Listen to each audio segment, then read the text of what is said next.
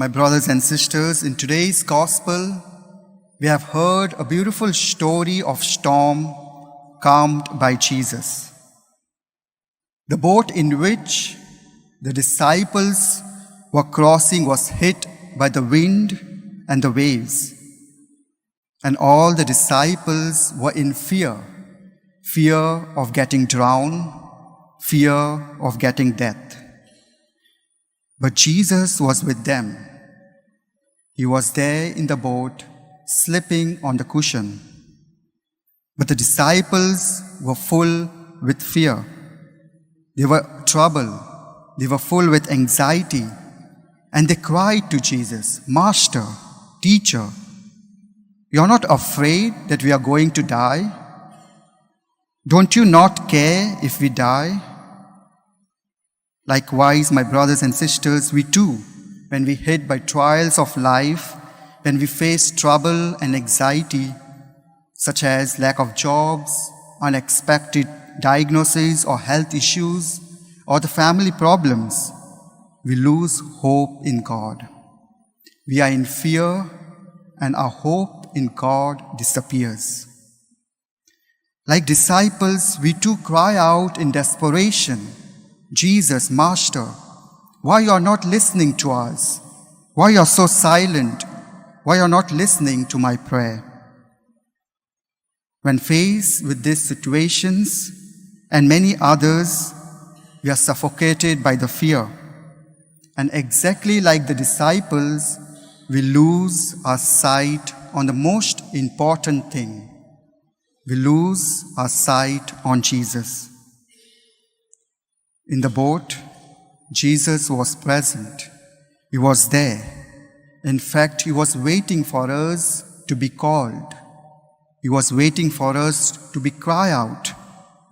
Crying out to Him means praying to Him. Praying to Him like, "Lord, save me. Lord, be with me, guide me, and walk with me." Crying out to Him means asking for help. "Lord, help me to cross the other side with you." So, my brothers and sisters, let us ask ourselves, what are the winds that hit against my life? What are the winds that hit against my life? What are the waves that hinder my direction, that put my life, my physical life, my spiritual life, my emotional life, my family life in danger? Once we know our own winds and our own waves, let us cry out to God, cry out to Jesus, and share with Him everything. Being disciples of Jesus is not only enough when we believe. Being disciples of Jesus means voicing out, crying out, asking for help. The Gospel also recounts the disciples' approach to Jesus. He woke Him up and they spoke to Him. This is the beginning of our faith. This makes us realize that we alone cannot fight our own battles. We alone cannot solve our own problems. We need Jesus in our life. Just like the sailor who needs the stars for the direction, we need our Lord, we need Jesus to show us the right direction. We need to cry out to God in our own trials of life. When we cry out to God, God works wonders. What one might say, does God really works wonders? Does God really hear our prayers when we pray? Yes, my brothers and sisters, in today's fast world, we expect God to listen to our prayer instantly. But God listens to our prayers, but sometimes God delays. We should remember, God delays is not God's denial. God's delay is not God's denial. So let us cry out to God just as the disciples cry out.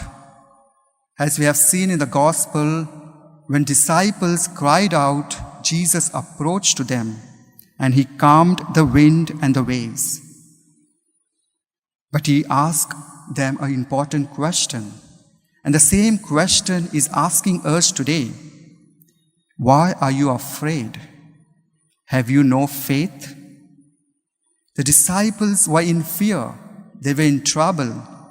And they lose the sight on Jesus. They lose their sight on Jesus. When we are in fear or when we are in trouble, our mind and our hearts are fully occupied on those problems. And our life becomes miserable. How often do we remain fixated on our problems rather than going to the Lord and crying out to Him, sharing our trouble, sharing our anxiety? Remember, my brothers and sisters, when we cry out to God, God listens. And He says, my brother, be still. My sister, be still. I'm here. The storm will pass. So let us pray during this Eucharistic celebration and ask for the grace of hope and faith, so that we may never tire of seeking the Lord or knocking at the door of His heart. May the Virgin Mary, who in her life never stopped trusting in God, reawaken in us the basic need of entrusting ourselves to Him each and every day. Let us pray for this grace during this Eucharistic celebration. Amen.